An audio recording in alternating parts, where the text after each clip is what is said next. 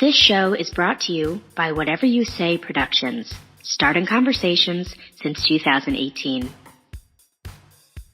Hello, everyone. Welcome and welcome back for, I can't believe this is the last time I'm going to say this, to Dixon Politics. What is happening? Oh my gosh, am I crazy? Have I lost my mind? I really hope not, but there's a good chance that I might have. Today, we have some special guests, but first, I would love for everyone to give a warm welcome to Aurora. Hello. Hello. Aurora, who is on vacation right now, but she's so dedicated to the show that she had to be here. How's everything going with you, my dear? It's great. I'm currently on the island of Mallorca. I'm at my cousin's house looking out into a beautiful view with mountains and valleys. We just had a barbecue. Nice. I'm also in the middle of nowhere, so we'll see if I actually survive and come back. But no, there's goats and sheep roaming around. It's great. It sounds like, what's that movie? What was that movie? Leap Year? With oh my God, yes. Oh my God, and there were all the sheep everywhere. Oh my God. Yeah. The when she goes to Ireland, because it's the one day every 4 years that women can propose to men. Yep. Oh, I love that movie. I really do. But let's make sure that this episode is palatable for everyone. We have someone that you know and someone that you probably don't know. So please join me in welcoming back to Dixon Politics, Ian and Kirk from Game Over. Woo-hoo! What's up? Oh my God. So, as you guys know, if you tuned in last week, we made a collective decision that we're changing the name of Dixon Politics. Aurora, what is the new name of our show? At the newsstand. Very nice. So, Kirk, I'm tickled to have you here because in real life, you are shaping and launching and building the brands of the Fortune 500. Talk to me a little bit about rebranding and just like what that even means. I mean, it's an honor to be on here, I must say. Thank you for having me. It's a whole thing. I mean, a lot of people suck at it because they don't commit to it. I think that's the biggest thing. Is they're like, well, we were this, but now we're this, but you can still remember us as this. Like, no, you got to go and be like, this is our new name. We are this. We're no longer that. Those are our baby pictures. Forget about them. It's a big deal. I mean, companies do it all the time. A lot of companies do it terribly all the time. But Facebook just did it. Yeah, they just went through it. Yeah, they just went through a huge rebrand. Yep. They're no longer the blue. Facebook, they changed their entire design. Oh, they did? Mm-hmm. Yeah. Well, I know the layout's different. I didn't realize that the whole. That's the whole thing. Yeah, that's crazy. I agree with Kirk. Yeah, the whole thing with rebranding, it's extremely important. It's impactful. But yeah, if you're gonna do it, you gotta do it. You completely forget about the past. Well, we've got our logo, we've got the domain, we've got There you everything. Adriana and I completed. Well, you guys saw it. We completed the logo last night. She's incredible, and so yeah, I'm really looking forward to it. And Aurora, I have to give you just the biggest hug because you've had such a wonderful sense of humor about all of this.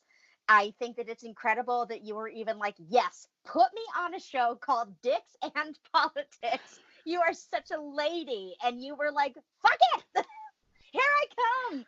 So what does this mean for you? You know, as someone who really brought a completely, just a breath of fresh air, totally new content, and you really, truly, Aurora, elevated what we do. You elevated our show. What does it mean to you to go through this with us and have this new name?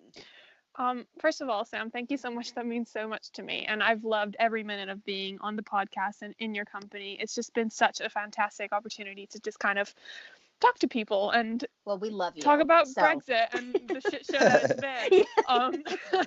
We still have not been able to nail down Theresa May. May for a night of wine and gossip. I know. She's just dropped off the radar now. I think she needs our help more than ever.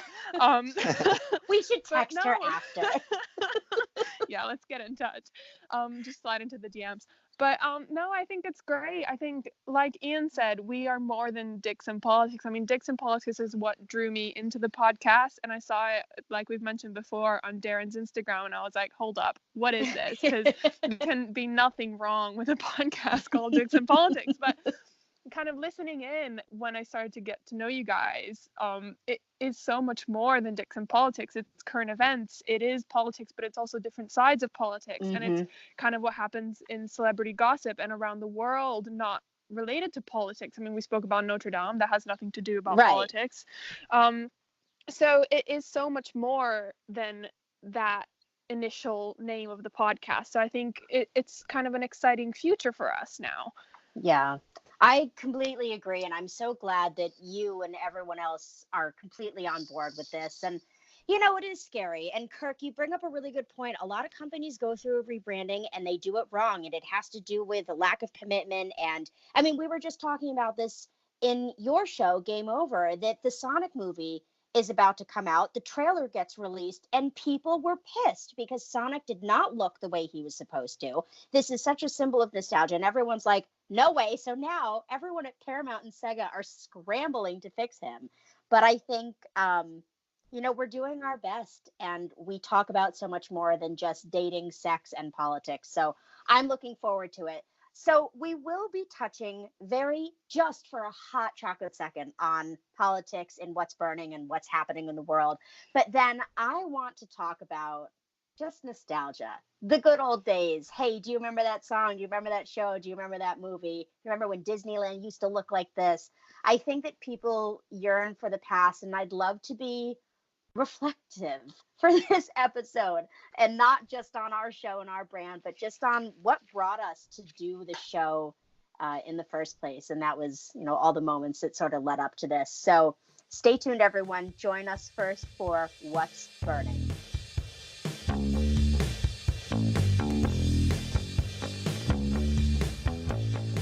So this week over here in the US, once again, a very frustrating week. My focus went to William Barr, who just decided that it would be so cute to not show up to a committee meeting on Thursday. Aurora, did you hear about this? Yep. I've been following it, and I'm just like, haha, we're not the only fucked up ones. I mean, this is very true.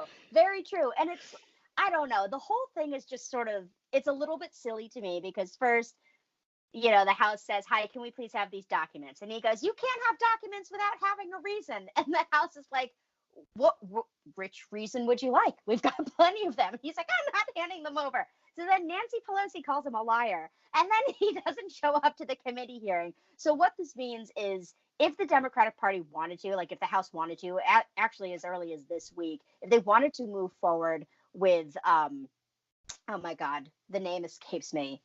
Contempt proceedings. There we go. They could, but that is going to take a while to pick up some steam. I don't know if that's going to be the push that we need. So rather than speculate on what's going to happen in the next couple of weeks, Kirk and Ian, I want to ask you guys, when Trump is out of office, do you think that he is going to just immediately be arrested? Or do you think that he's going to sink into, you know, oblivion? Kirk, I'll start with you. What do you think is going to become of our president when it's all over? I'm going to go with the former. I feel like the only thing keeping him out of a beautiful white-collar prison is his status as our POTUS. And I think once that happens, it's probably, I mean, I don't think immediately, but I think it's going to happen very, very quickly afterwards. It I think is the only thing that's keeping him out of there right now. Yeah. So Ian, as someone who works in marketing, if you, and I know this is not going to happen, so you can stop looking at me like that, Ian. I can see you. I don't know what I just signed up for. I do a video game podcast. Ian, if you, for whatever reason, were working on sort of the marketing and PR strategy for Trump after he left office, would you have any idea where to begin with rehabilitating his image, or would you just be like, nope, I quit? That second one, I would not even. I'd be up. You're out. Later. Here's my resignation. I'm not dealing with that nonsense. Nope. Peace. Aurora, if when Trump's presidency ends, if he was like, I think I'm going to move over to the UK for a while, would you welcome him with open arms? People here do not want him. I mean, yes, people in the UK have a fucked up political side to their lives. Yes, they acknowledge that, but also at the end of the day, when it comes to like 5 p.m., people meet for like a tea or a biscuit or whatever, and they just chat about their day. Like when Donald Sounds Trump lovely. visited, yeah, it's amazing. It's Yes. perfect. God damn, why don't we do this? So Sounds civilized. great. Yeah. When Donald Trump came and did his state visit last year, people rallied. People were in the streets protesting. They don't want him in this country. And it's purely because he doesn't stand for kind of normal human rights. Yeah. Yeah. Who was originally responsible for that massive Trump Well, blip? that's what I think. I'm pretty sure. Isn't there like a huge like It's Trump like a blow up baby. doll? Yeah, something like that they have in London. It's a blimp Yes. Yeah. or a balloon. Yeah, it was a huge like balloon blimp thing that they suspended over Parliament Square, which is where the protests ended. And I went. My boss was nice enough to give me the day off work to be like, okay, you go, you spread the word, man. This is your life too. Yeah. I mean, I'm half American, Nice. so yeah, I got the afternoon off and it was really nice. I got to kind of go and protest. But yeah, it ended at Parliament Square and there was this huge baby Trump orange baby balloon, which kind of just summed it up, really. It adds the British humor to a really shitty situation. Well, I was watching the news this morning. I think that there's some interesting candidates that are going to try to put their hats in the ring. I don't know. I don't know what's going to happen. Joe Biden has now officially kicked off his Joe Cool, baby. advocacy for president. He was in Pittsburgh last Thursday, and that's where he hosted his first official event. I was talking to Adriana about it this morning, and of course the allegations that have come out against Joe Biden in regards to inappropriate touches and so on are really alarming. And it's alarming for me, I think, because it goes against what I perceive his character to be.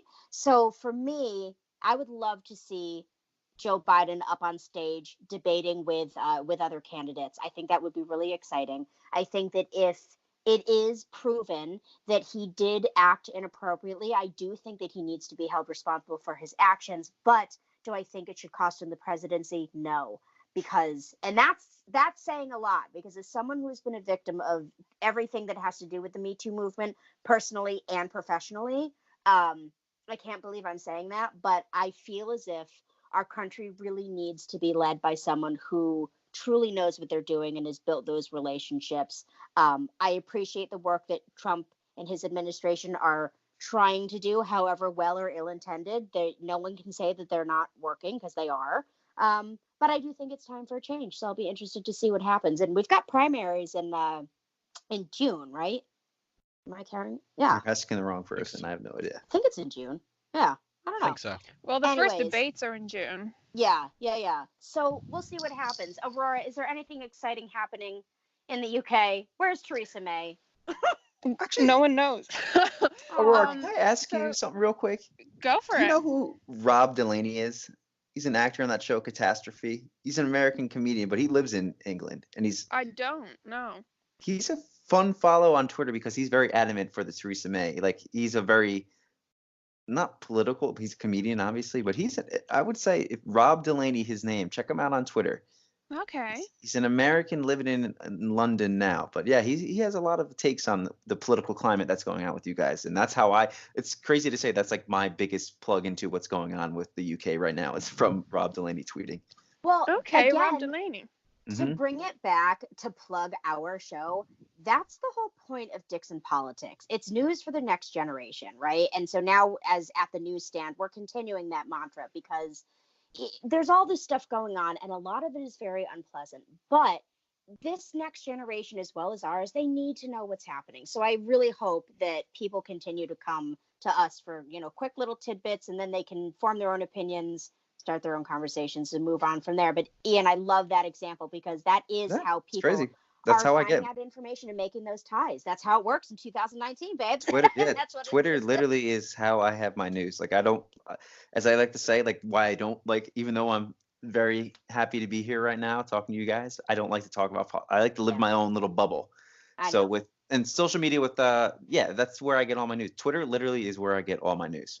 I don't watch All right. I don't watch the TV. That's just me personally. So That's the crazy thing is I'm pretty sure I'm one of probably a lot. Oh, you're So not it's alone. crazy. Twitter, I mean, our company Twitter, that's what drives. Well, you do all the analytics, we I drive a know. lot of traffic from Twitter. It's nuts. Quick news. Anyways, you guys, let's stop being so serious. I think that we need to take a little trip down memory lane and reminisce about the good old days. Now, I know that we sort of did this when we had Darren Karp from Bravo on the show, but that was a really great episode, so we're just going to relive it. Join us next up for hashtag.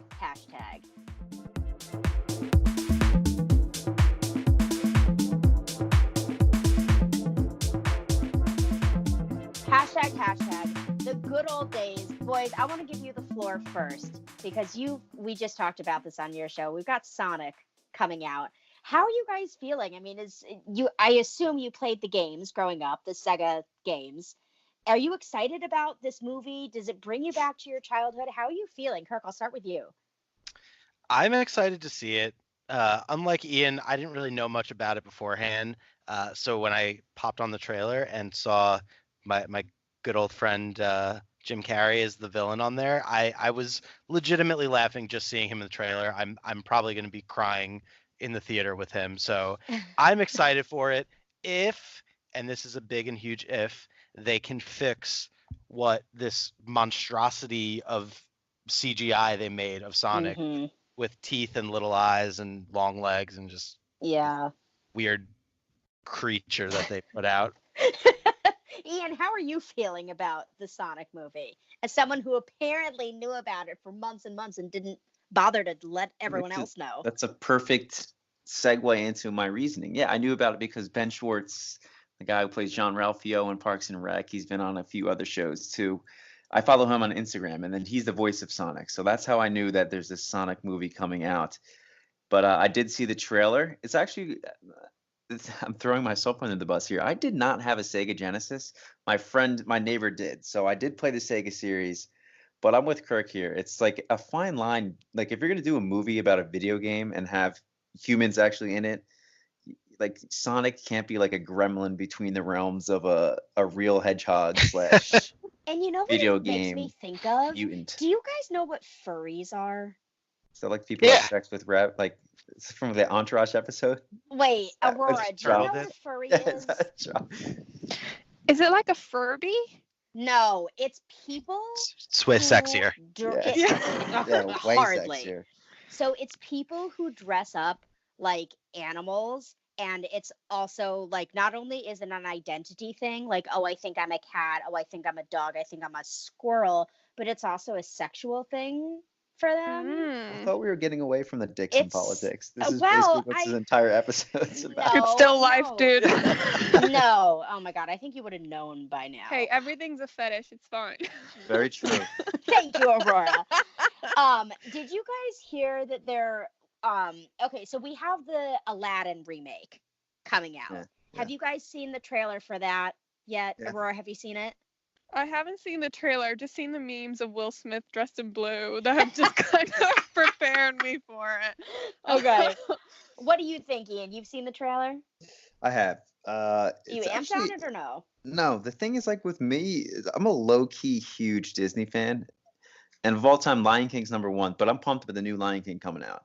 Okay. Aladdin's number 2, and this looks terrible. Big year for you. Yeah, it doesn't look I good. mean, I would say, like, I'm not a huge Will Smith fan. I like him. Like, I love the Bad Boys movies and Men in Black and all that stuff. But, like, seeing him as a blue genie, even though I know, like, he's not always the blue, I don't know. It's just a little bit creepy. Something about it doesn't fit. I think some movies, I think like some movies could translate to the real life version and some movies can't. And I think they're doing it a really good job with like the whole Lion King. They redid the Jungle Book movies too. But like when they redid that, it wasn't like real life stuff. Yeah, I did not like the Jungle Book. Kirk, did you see the Jungle Book? The real life one remake? I did not. No. It's scary. I do not recommend. I didn't like it at all. The original's lit. Legit. Yeah. But it goes back to what I was saying on Game Over with and also on here. The reason why I think the Sonic looks terrible. By the way, for those of you listening, Game Over comes out tomorrow, so you can tune in. Woo. Free ad. Free ad. Plug. It's real estate. No, it's that fine line that they need to walk. It's why so many people got so pissed about the Blue Genies, because it was like a weird mix between like kind of a cartoon but like a lot of human features to them. Yeah, it's It's weird. just when they and it will circle back to the rebrand. You got to go all in or not at all. If you Yeah. go like straddle the line between human and cartoon genie, it's gonna get this weird thing that they came out with. They got You to know, pick one or the other. yeah, I agree with you. And you know what I really think does work is when you really commit to a cartoon and you make it look cartoony, but then you add in those complex human emotions into it. Like Toy Story 3, I remember when that movie was over, I turned to my friend and I'm like, I can't believe how human that was. And I understand I was watching a teddy bear. I get that. But for me, that was very real. I think when you try to do it the other way around, it doesn't always work. Aurora, with Lion King coming out, were you a Lion King fan? How do you feel about this movie? I watched Lion King once, the first one, and I was freaked out when Mufasa killed the dad. And Yep. I think I was like 4 years old, and I was just kind of like, Nope. Nope. It's like E.T. I cannot watch E.T. I was traumatized by E.T. I can't do it. I can't do the Lion King. And like I appreciate that they're remaking all these movies, but also someone in Hollywood or Disneyland or whatever must have like an original idea. No? Correct. Like, Yeah. Very I true. feel like Yeah. they're remaking all these things, and Mhm. maybe I'm just biased because I was in that generation where these movies came out and they were so cult, so I feel like a bit like, why are we remaking them? Let's just make it special for us. But like I watched, what was it? It was a Beauty and the Beast movie, the one with Emma Watson, and I was like, Oh. what the I love fuck her. is going on? Don't Why? even get me I didn't see started that on one either. Emma Watson and her singing in that movie. Aurora, girl, Yes! back me up on this one. And I Oh, love Emma Watson. Hun, I'm with you. I I'll love hold you her. She's back. just Hermione Granger to She- me, and I She love her. gets up. Okay, so you guys know that part in Beauty and the Beast after she has fed the chickens and she's talking about how she's from this little town, but she has these big dreams. So she runs her ass up the side of a mountain and then spins around Sound of Music style. So Emma Watson is sort of like half-ass scuttling up this mountain, this hill, and she gets up there, and what comes out of her mouth? A 1, 2, Lingardia 3. Leviosa. I want adventure in the great white somewhere. I'm like, excuse me, where? And it's the music is swelling. There's crescendos all over the place. Oh my god! And the orchestra is there. And then Emma opens her mouth, and it falls absolutely flat. I thought that movie was good, but I thought that the Beast was freaky looking. I don't know. Kirk, did you see the remake of Beauty and the Beast? Yeah. What do you think? I feel like we're going in a circle here. It's another one where they were like Beast with like human features, and just it felt really weird to me to see him. Yeah. I don't know. I watched it. I actually watched this with Jess, my fiance, and she was not a fan of it either. But You're it both was, sitting there in your living room like, and I was like, what, do you want to turn this off? And we made it through the whole thing, but that's why I'm marrying her. We got the same taste in these there weird you go. movies. And we're There like, you go. oh, Well, let's thanks. get away from movies. I want to ask you, Ian, what was the very first cassette tape or CD you bought with your own money? It was 2. It was from The Wiz. If people remember that store, I think it was Love called that actually store. The Wiz, right? Nobody Yeah. beats The Wiz. Yeah, there's a I've never Wiz. heard of that store. Is that just Oh. a New Jersey thing? I don't know. It's definitely not a company anymore. It went under a long time ago. But Okay, so you went to I the went Wiz and you 35. bought what?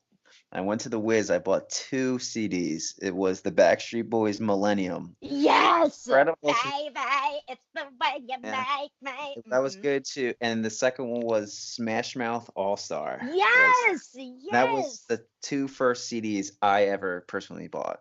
I remember I bought that Smash Mouth CD because there was a boy in my class that I had a really big crush on, and I heard that he really liked Smash Mouth.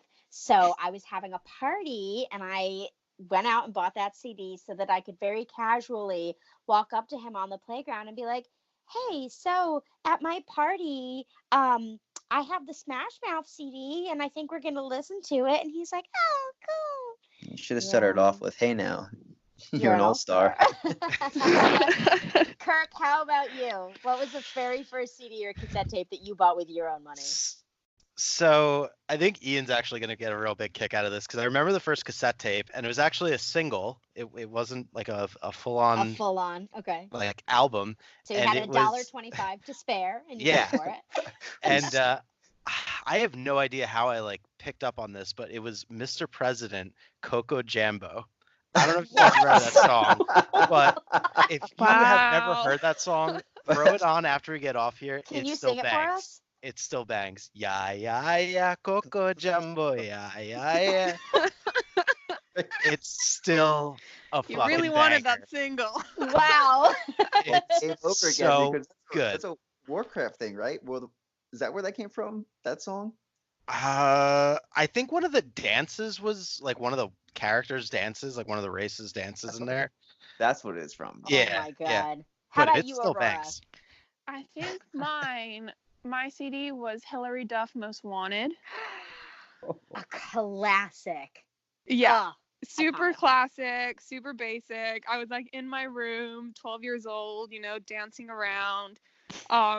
But no, it was great. It just like having CDs physically there, I think made you so much more like aware of music. Excited, Yeah. I agree. This must be it sounds like douchey to whoever doesn't understand CDs, but like Who cares? it's just having it there concretely in your hand, and then you like put it in the little stereo, you click the thing, and you're like, oh, And you hope to shit that it doesn't skip.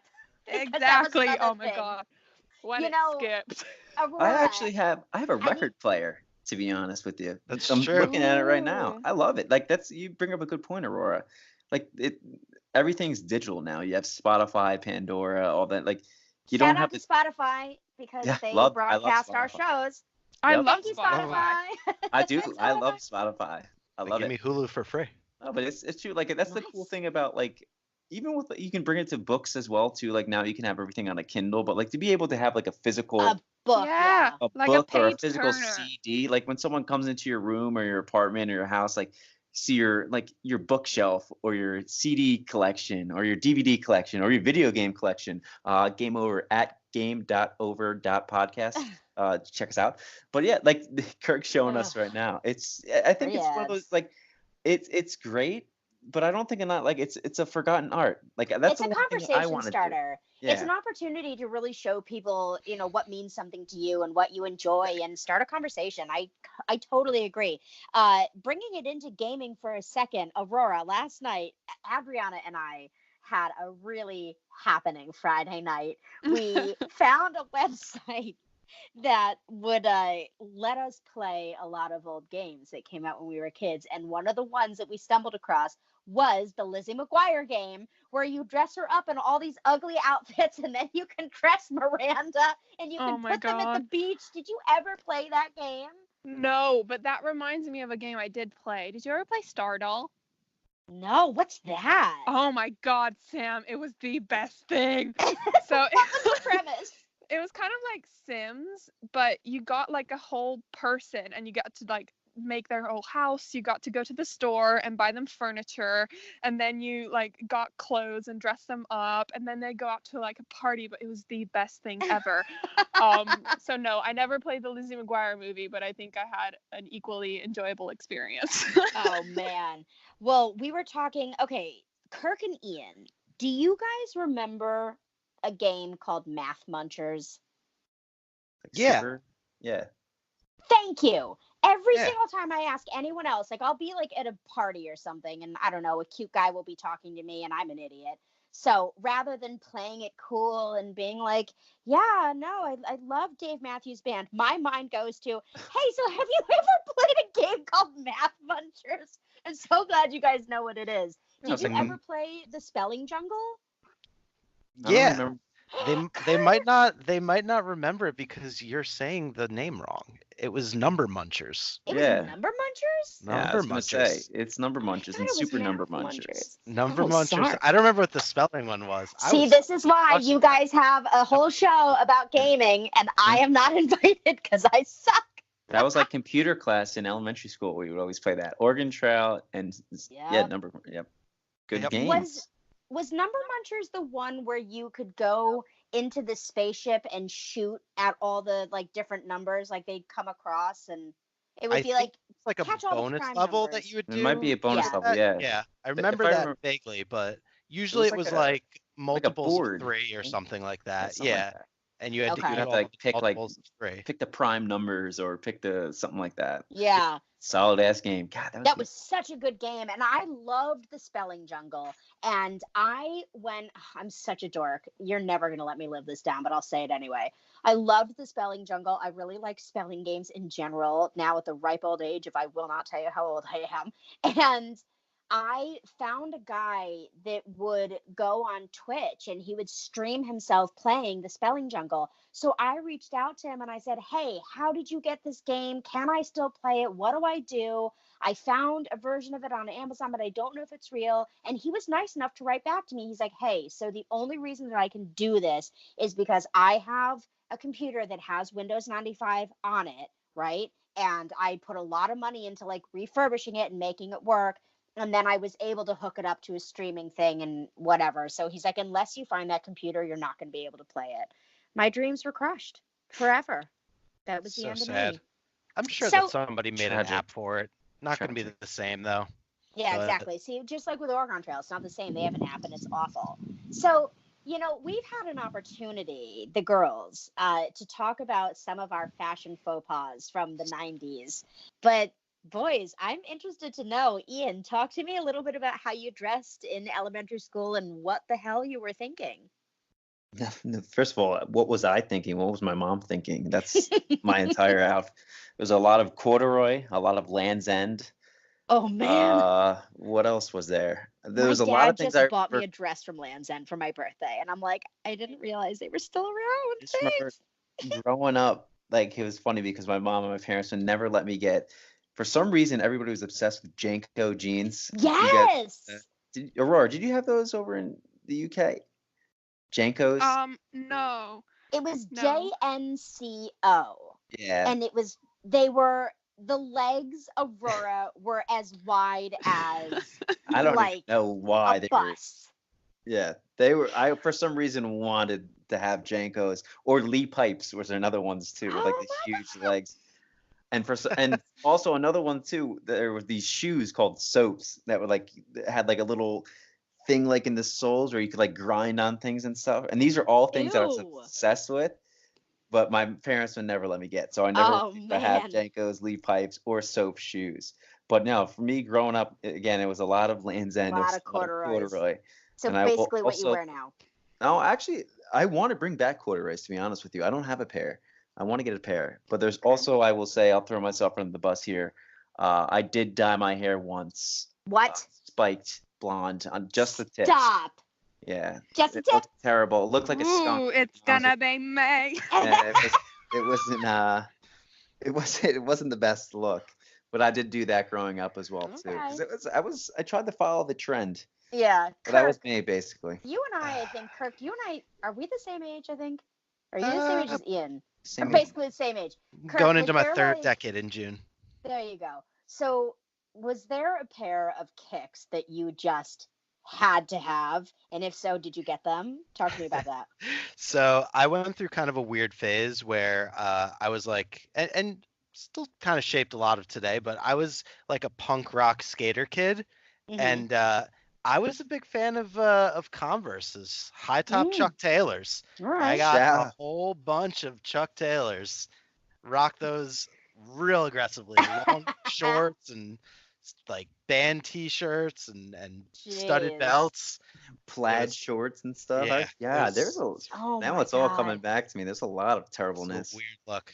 Yeah. it Did was- you it's guys definitely have a weird look.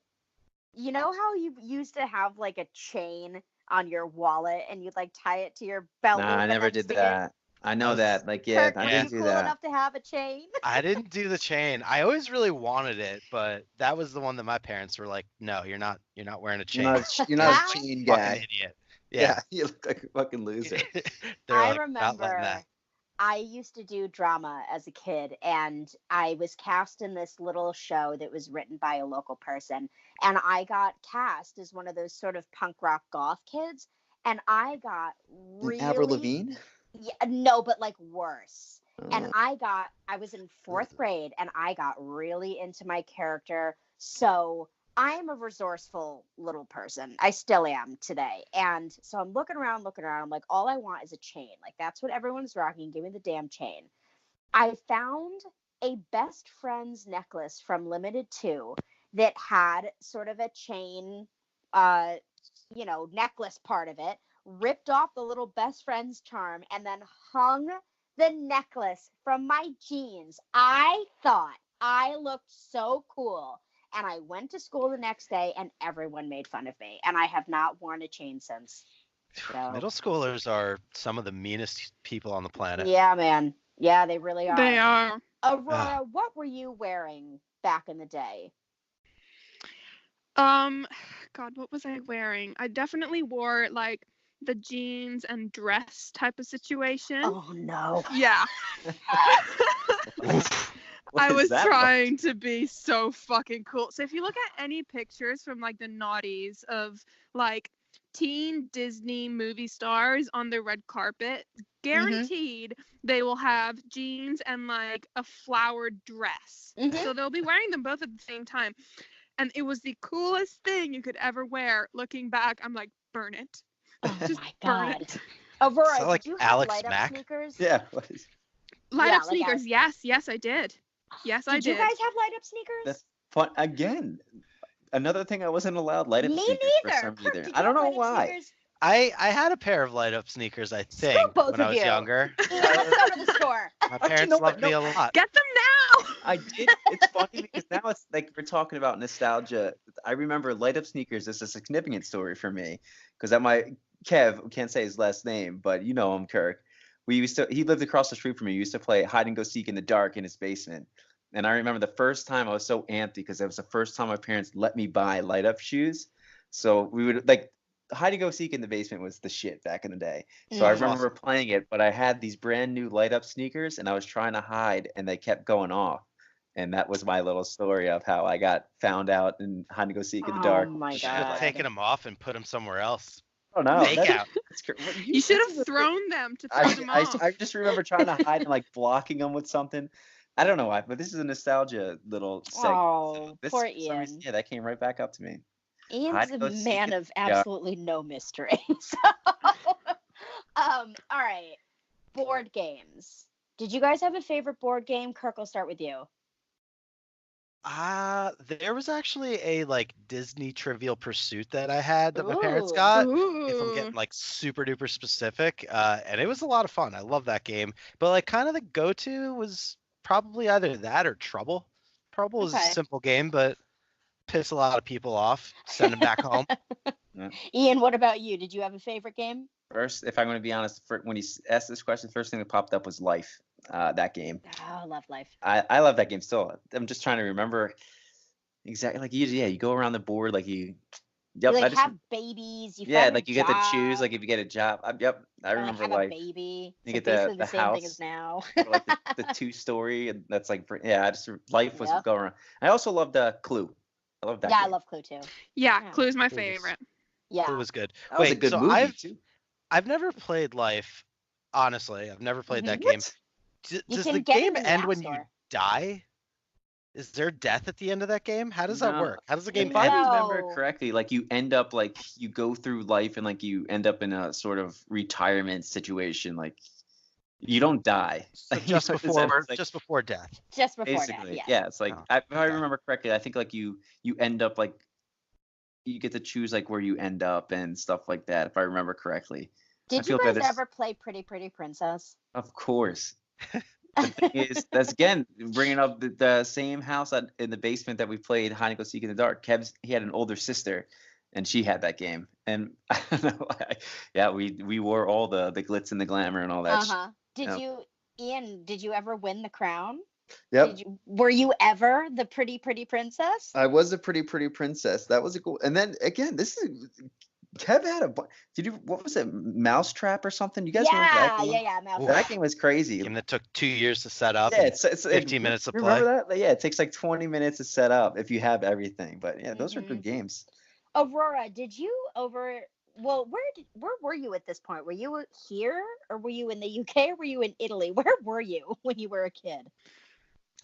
So I was in Italy until I was about 16. Then we Oh, moved okay. to Dubai until I was 18, and then I've been in the UK ever since. So, Did you have any yeah, card games that you would play? Like, not necessarily with a deck of cards, but was that big over there? kind of. Only like Italy has their own deck of cards, so it's not like diamonds, hearts, spades, and God, what's the other one? Yeah, whatever. Clubs, yeah. Um, thank you. So it's a completely different set of cards with completely different suits. So we played that, and it was something called briscola, which sounds very exotic. Is but it? No, it's like No. an old person's game. So Aurora loved it. Yeah, I loved it so much. But I think when you hit like 15, 16, you're like, oh my God, yeah, I'm like so old now. I can play this. And we like sit at the beach during the summer and we'd be like, oh my God, we're so grown up. But yeah, we definitely played that. What was like the common game in the US? Like Oh card game? man. So From we would Old play Maid. like, Old Maid. yeah, we play Old Maid, we play Go Fish. With a deck of cards, we play Crazy Eights, Slapjack. I love playing Spit. Spit. Yeah, that's a good game. Spit. There was a game called like Slam Witch that wasn't with a deck of cards, but it had its own deck of cards that I used to play. I remember that I always wanted Candyland, but for some reason my parents wouldn't buy it for me. And now it's like my favorite game because I was deprived of it as a child. I still have Shoots and Ladders from 1988.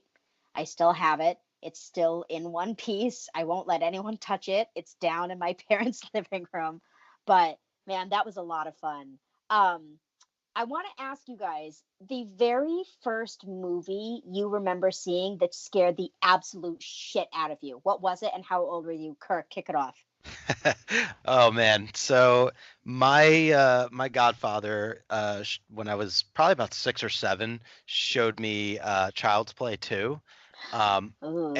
And that movie royally fucked me up for a while. I mean, to the point where my parents got me a bunk bed and would take the ladder off because I was scared of Chucky hiding under my bed if it was a Oh my normal little God. bed. So I had to sleep on a top bunk because I was like, no way he can climb up there. He's too little. And that was how I was able to sleep. But it really messed me up. He scared the absolute daylights out of me. Jeez. All right. What about you, Aurora? So I think I mentioned it earlier, but it has to be E.T. I think I was about 4 years old and I caught a glimpse of it on TV and I hid behind the couch and just started screaming. And to this day, if I see E.T., I'm like, nah, nah. Yeah. And I don't know can't do why. it. I just think something about the shape of his head and his glowy finger. It's like, no. Yeah, I agree with Sweet. you. No. E.T. was the first movie that really freaked me out. And for a lot of the same reasons, I didn't understand why he looked the way he did. I didn't understand why he was making those noises. I didn't like the way he walked. My mom watched it with me and she's like, look how cute he is, Sam. He's eating Reese's Pieces. And I was like under the coffee table. I wouldn't watch it, but I did watch it about a year ago and I loved it. So maybe we'll get you drunk and Yes. I'll put on ET. I'll hold your hand. We'll get our light up speakers. And then immediately afterwards, we can watch the Lizzie McGuire movie so we don't have to go to bed scared. And that'll be it. But yeah, I think for me, it was E.T. and also Paige, who you guys know, she's a co-host on this show. Oh man, Paige had no rules at her house when it came to facing the world for what it is and seeing scary movies. She tricked me into watching Cocoon. Have you guys seen that movie? Yeah. But the old people fucking. No, like I can't. And it was one of those things where Paige had a den. She had a really nice house. So she had like a den, not even a TV room. It was literally a den. So it was this round room with this massive couch, lots of comfy blankets, and it was pitch black. So even if you wanted to run out of there, you were so afraid because of the darkness that was surrounding you that you couldn't run out of the room. Hated that movie. Ian, I know you're not afraid of anything, but if you had to pick something you were afraid of, what was the first movie for you? I actually and why? was afraid of a lot of things. If I remember, I know this for a fact, like, because the thing with me, I was is you just basically everything you just said is in the opposite. I am afraid. I was not a big fan of scary movies growing up, so I don't remember like a growing up scary movie because I just refused to watch them. But I do remember going to Universal Studios, the Jaws ride when I was younger, and Oh Jaws is no. obviously a movie, and that I cried like a probably a little kid because I was a little kid. That scared the shit out of me. Aw. That when the out of nowhere this fucking shark just popped out of the water, and I remember vividly that scared the hell out of me. But recently, like when I was Arachnophobia, I know Kirk knows it. That movie I fucking hate. Giant Yeah. ass spiders. I don't Ugh. even think it's scary. It's just disgusting. It disturbs me. It is scary. It is It's gross. Because Dumb and Dumber is my favorite movie of all time. Jeff Daniels, the man, he stars in Arachnophobia, and he can't even turn that around. That movie is Oh, disgusting, man. and I hate spiders. Kill them all. Am I Even the though only know person that's scared of Harry Potter movies? that You're is scared? what? I can't watch Watch them what by you- myself. Watch what you say about Harry Potter. I'm not saying anything bad, Ian. I love Harry Potter movies. I can't watch them by myself. I get scared. I mean, that The pasty only white boy's thing- pretty scary, but And honestly, Daniel No, Radcliffe. I don't like the Ooh, trolls, and I he's with don't the like the heebie-jeebies. werewolves. You know what? I never should have said anything. You guys Professor are so Lupin mean. is a great guy. He is, but when Happens you to don't be. know that it's Professor Lupin, it's scary. I don't like that. I didn't like The Prisoner of Azkaban, and I didn't like that one where it starts off with Harry's on a swing and Dudley is like, "Oh yeah, Yeah. you're not a wizard anymore," or whatever the hell he was saying, and then suddenly the Dementors come. I don't like the Dementors. Now I can't. Oh my God. Okay. I'm so afraid of Harry Potter that I can no longer sleep with like a coat, a sweater, a towel, or anything draped over anything in my room because to me it looks like a Dementor and I won't sleep. I will not sleep. the mentors are pretty scary. I Thank you. can't argue with you there, but I'm going to ask you two. Now, I know Kirk is a huge Harry Potter fan, read all the books. Did you read the books, Sam and Aurora? Were you book readers before the movie? I did, yeah. I read 1, 2, and 3 before the first movie came out, and then kind of read them in succession. All I right. cried when I completely finished like the entire series. I was Oh, like, I think this we can't all be the did. end of the 7th book. Like, I was like, this can't be the end. And now See, they've come now- out again. They've come out with a different series, and it's like, no, stop ruining it. Just leave it be. I like the new series. But now, Yeah, now don't. that you both read, though, I'm going to ask you Yeah, bring I back did. to, even though I- we're getting away from dicks and politics, we're going to get back to the dicks part here. Mhm. That you're Harry Potter fans, you read the book. Sirius Black in the book were you impressed with his on-screen persona? Who was the actor? Alan Rickman. No, that was No, that was, Oh, no, sorry, that's no, Snape. Gary Snape. Oldman. Gary Gary Oldman. Oldman. Yeah, That's it was- it. Yep. Yeah. I thought that was a Um, big hoopla. I remember in high school, everybody's like, "Oh, Sirius Black was like super hot in the books," but poor old Gary Oldman did not suffice. Oh, I Do you think agree Gary with that has like take? a sexual factor. I thought you were going to ask me which one I'd rather have sex with between Harry and Ron. I know what my answer is. Aurora, who would you rather sleep with between Harry? So let me do like Harry, Ron, the twins, and Malfoy. Draco, all the way. Easily, that's an easy pick. Yeah. No questions asked. What about you, Sam? I'm so embarrassed. It's I'd Ron, pick isn't it? Cedric Diggory out of all of them. He wasn't Oh, yeah. he wasn't an option, but that's who I'd pick. It Yeah, says Cedric so is much good. about me. Okay, so for me, okay, ew, I don't even want to say this out loud. I always thought that Ron was really cute. I knew it. I am the Ugh. worst. I am the worst. Ron. But honestly, okay, He's the so obviously, ginge. like a Cedric, ginge. really hot. Now knowing what Neville Longbottom turned out to look like, I should Oh. have jumped on that earlier. Oh my God, But, hindsight is 2020 with that Yeah. one. well, you That know I'm who's like- really That was hot? an early investment if you guys you bought in remember- early. Yeah. Yeah. That Do would you have remember? panned out. Okay, listen to me. Do The you stocks. remember that guy? I think his name was Crump. That Victor and Crump? Oh, Victor Victor Crumb. Crumb. oh, I would have. Yeah. Oh, He man. was the daddy. He bad ended boy. up with Hermione. No, well, but she not wasn't ended feeling up. that. No, Rupert she wanted Grint. Ron. Ron ends up with her, but that was an awkward kiss at the end of that movie. That was weird. It was a bit awkward, yeah. But it was was like weird to see them 19 years together. in the making. It was like, come on Yeah. already. Well, you know, Be I true. will agree with you, Aurora, though. I did not like the Fantastic Beasts or the whatever the hell else is going on, the Grimwald Fantastic- thing. Ian, you and I talked about this over lunch a few months ago. The Grimwald, whatever the hell that was. Crimes of Grindelwald? Yeah, thank you. I don't like any of it. I think that you need to leave well enough alone. I don't need to know the backstory. I do not care. I don't like them. I hate I to like say them. I like them. I don't know. I'm a huge Harry Potter fan, obviously, and I enjoy him for just the sheer entertainment factor. And I do like that guy, the main character. Shit, what's his name? He's actually it. British. Jude Law?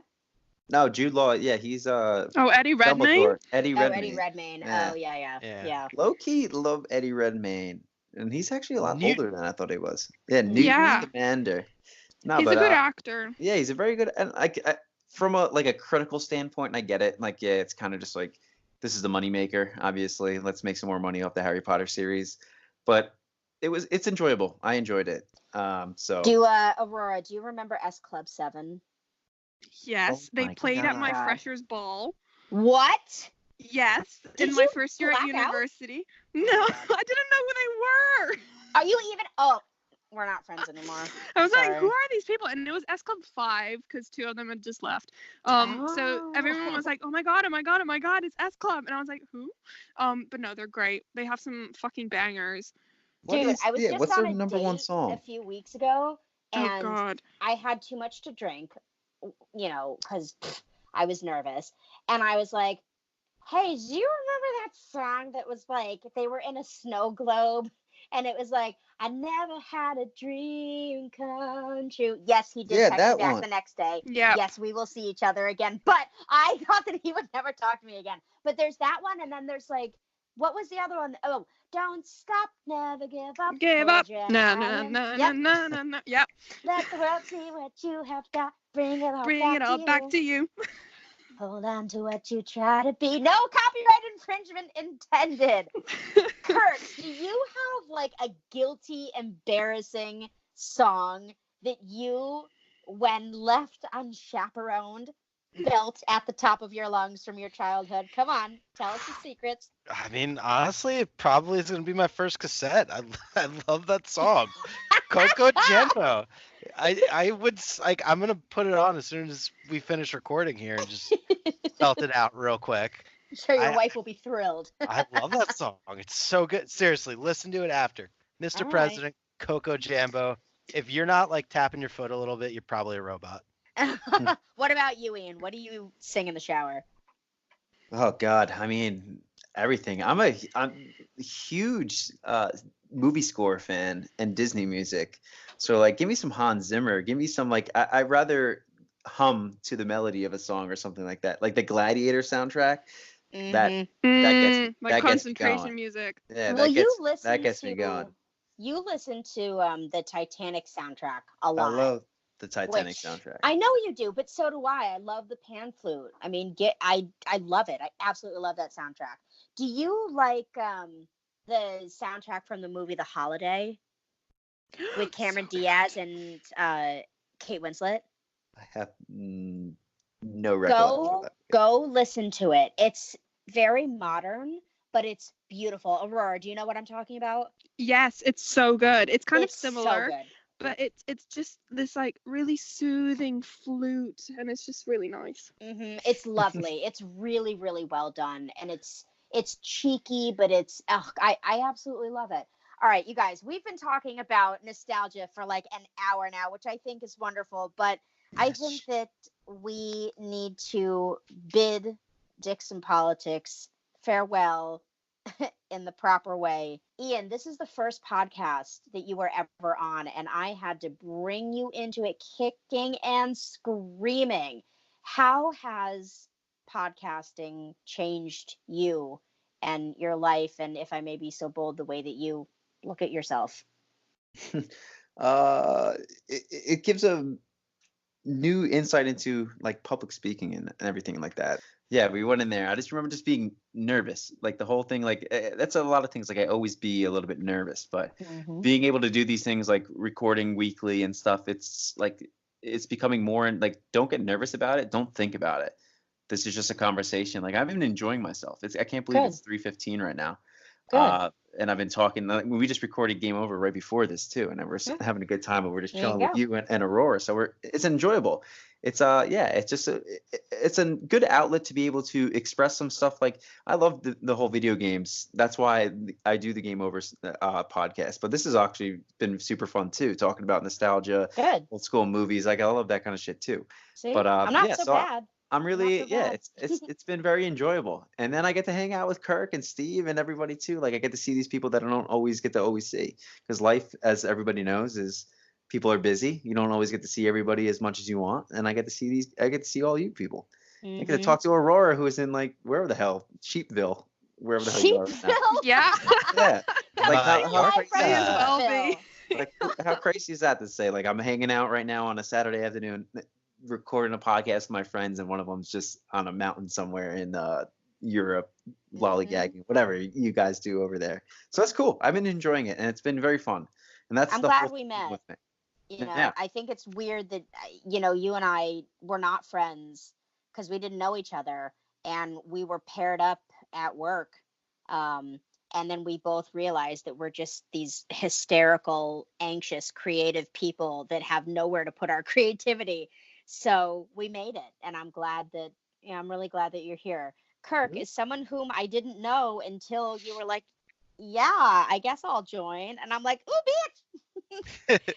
You started off here on Dixon Politics, and this is sort of where you got your sea legs a little bit. Do you think you spent enough time here before launching? And how do you like having your own show now?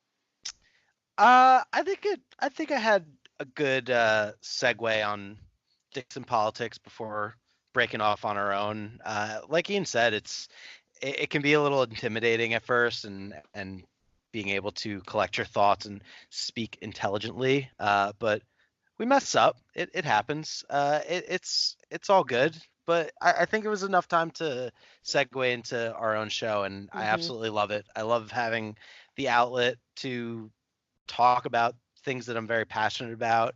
It kind of also is nice because it forces me within work to stay on top of some of these things, and it kind of gets me plugged into, just some things I might not have paid attention to or might not have had time to really look at or talk about with people. I think it's great hearing everybody's perspective on things, because it just gives you a deeper insight of what you're looking at and what you're thinking about. Sure. And I love, you guys are doing such a great job with Game Over, and I'm so thrilled that we could sort of nurture you here and then push you out of the nest, and you're flying. You're doing a great job. Aurora, where do you see this show in a year? I see it kind of, I'm hoping that in a year's time we'll still be doing what we do. So getting together every Saturday to record a show that will come out on the Wednesday and just talking about what's going on, keeping up with kind of current events, talking about our lives, reminiscing about the beautiful times that we spent when we were in our teens, and watching just kind of and creating Drew Barrymore, by the way. Yeah, that is a fun initial fact. Drew Barrymore. Yeah, very early. And kind of just building up our audience, getting people involved, and having people listen to our podcasts who actually care about, like we said earlier, what's going on in the world, politics, news, whatever it may be. Where do you think we'll be in 5 years?